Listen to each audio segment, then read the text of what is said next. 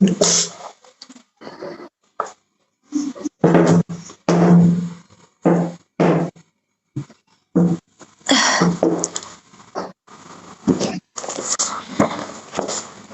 जो कहाँ तक हो गया था वो क्या 310 तक हो गया था, क्या हुआ था? हाँ 310 हो गया था, 300 नहीं 11 तक। हाँ उसका पनिशमेंट था ना 11 में, 10 में तो वो था ठग वाला, और 11 में उसका पनिशमेंट था। 18 मतलब वो क्या बोलते हैं, मेरा सिर चकरा रहा है उसमें समझ में नहीं आ रहा क्या। अच्छा वो दूसरा पॉइंट, अब मतलब जैसे ये ऑफेंस जो बॉडी के अगेंस्ट होते हैं, ये चैप्टर 16 में जो है मतलब 8 टाइप के ऑफेंस दिए गए हैं। तो जिनमें से पहला ऑफेंस हमने देख लिया था, दूसरे टाइप का जो ऑफेंस है वो देखेंगे आप, पार्ट 2 देखेंगे मतलब हम। छल कपट सेक्टर 12, ये वाला 312 से देखेंगे। 8 टाइप के ऑफेंस है। छठा व्यापारण अपहरण, और 7वां नहीं 7 तरह के ऑफेंस।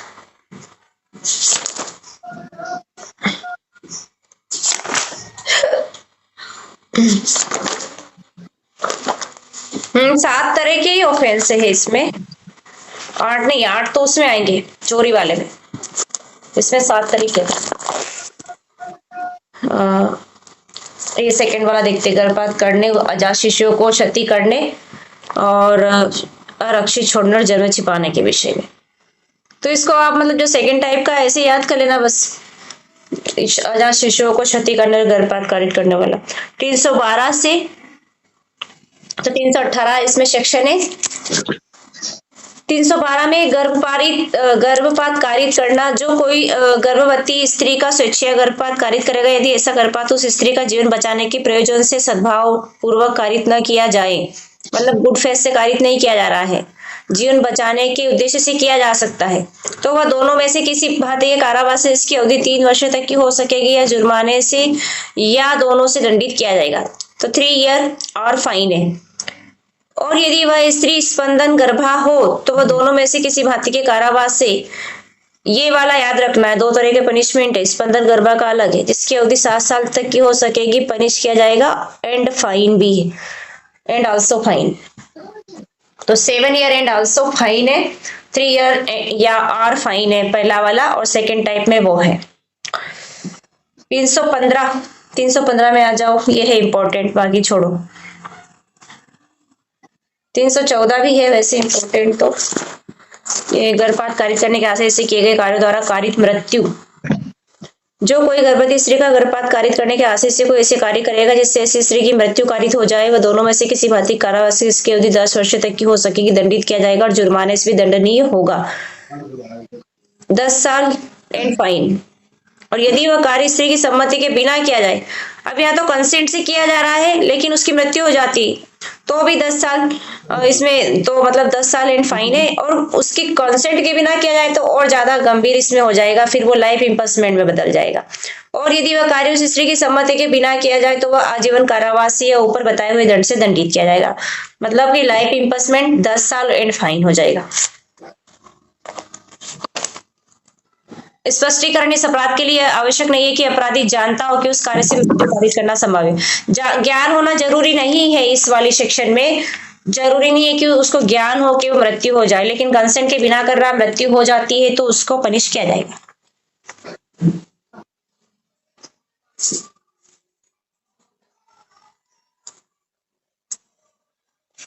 हाँ, 314 सेक्शन में भी छोड़ देती हूँ, चलो 315 इंपॉर्टेंट है। शिशु का जीवित पैदा होना रोकने या जन्म के बाद उसकी मृत्यु करने के आशय से किया गया कार्य।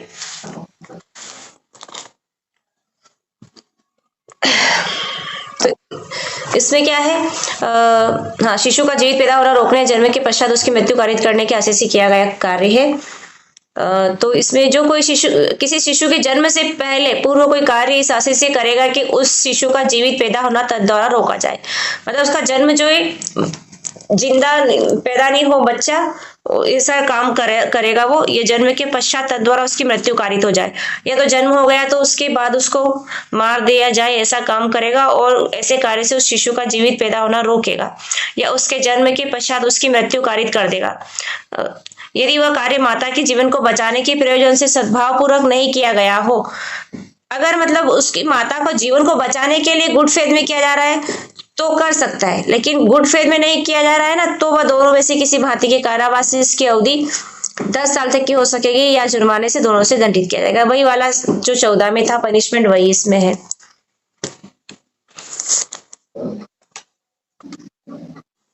314 316 ऐसे कार्य द्वारा जो आपराधिक मानववध की कोटि में आता है किसी सजीव अजात शिशु की मृत्यु कारित करना। तो 316 में क्या है, सजीव अजात शिशु की मृत्यु कारित करने की बात ये कहता है 316। इसको मतलब ऐसे याद करना शॉर्ट में बना कि सजीव अजात शिशु की मृत्यु कारित करना। अब इसमें क्या है पनिशमेंट, वही है सेम ही है, 10 साल एंड फाइन।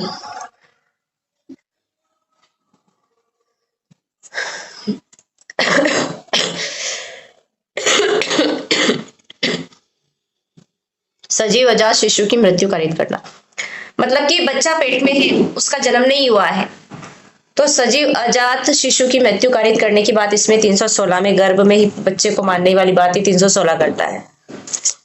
सेम ही मतलब 315 316 दोनों ही सेम ही है। यहाँ पे रोका जा रहा है, यहाँ पे उसकी मृत्यु की जा रही पेट के अंदर ही। 316 शिशु का आरक्षित डाल दिया जाना। 317 में शिशु को आरक्षित डाल दिया जाता है, यानी कि उसको शिशु के पिता या माता या उसकी देख रेख रखने वाले व्यक्ति द्वारा 12 वर्ष से कम आयु के शिशु का आरक्षित डाल दिया जाना। और परित्याग, यहाँ पर एज को याद रखना है, 12 साल से कम एज का है ना, 12 साल से कम एज का है, उसको अगर कहीं भी आरक्षित डाल दिया, जैसे वन वगैरह में, जैसे जंगल में छोड़ दिया जाए, कहीं भी ऐसे स्थान पर छोड़ दिया जाए, उसको खतरा है जहां पर वो बच्चे को, तो जो कोई 12 वर्ष से कम आयु के शिशु का पिता या माता होते हुए ऐसे शिशु की देखरेख का भार रखते हुए ऐसे शिशु का पूर्णतः परित्याग करने के आशय से उस शिशु को किसी स्थान में आरक्षित डाल देगा, छोड़ देगा, वह दोनों में से किसी भांति के कारावास से जिसकी अवधि 7 वर्ष तक की हो सकेगी या जुर्माने से दोनों से दंडित किया जाएगा।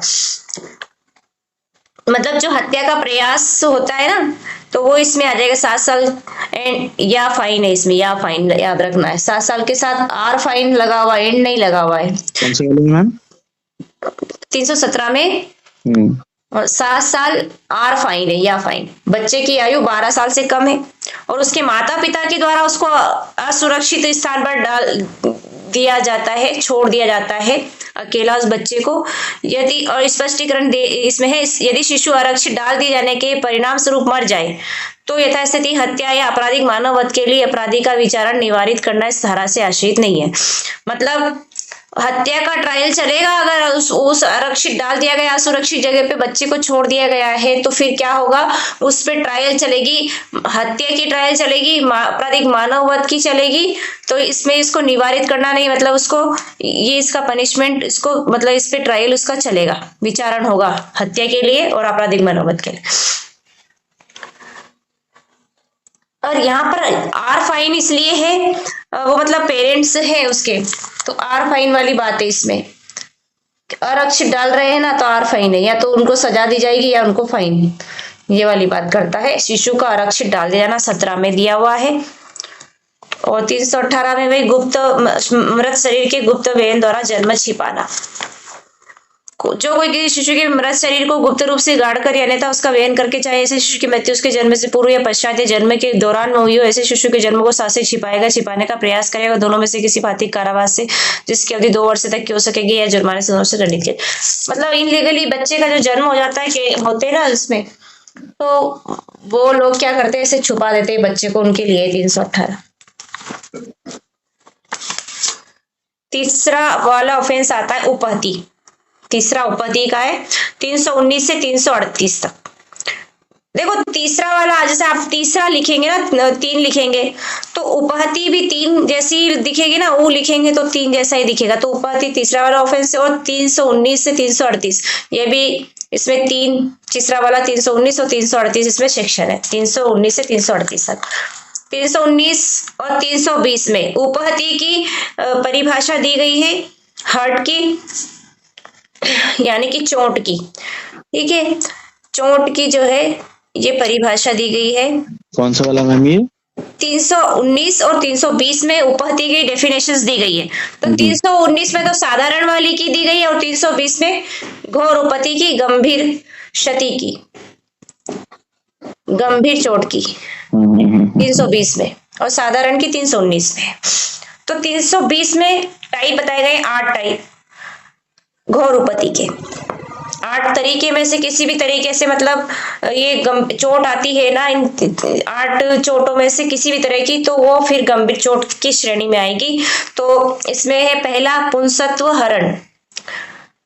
पुंसत्व हरण हो गया, ये इमेस्क्यूलेशन, एमेस्क्यूलेशन हो गया। सेकंड, दोनों में से किसी नेत्र की दृष्टि का स्थायी विच्छेद, तो सेकंड में नेत्र की दृष्टि का स्थायी विच्छेद हो गया। तीसरा है सुनने की श्रवण शक्ति का स्थायी विच्छेद हो गया।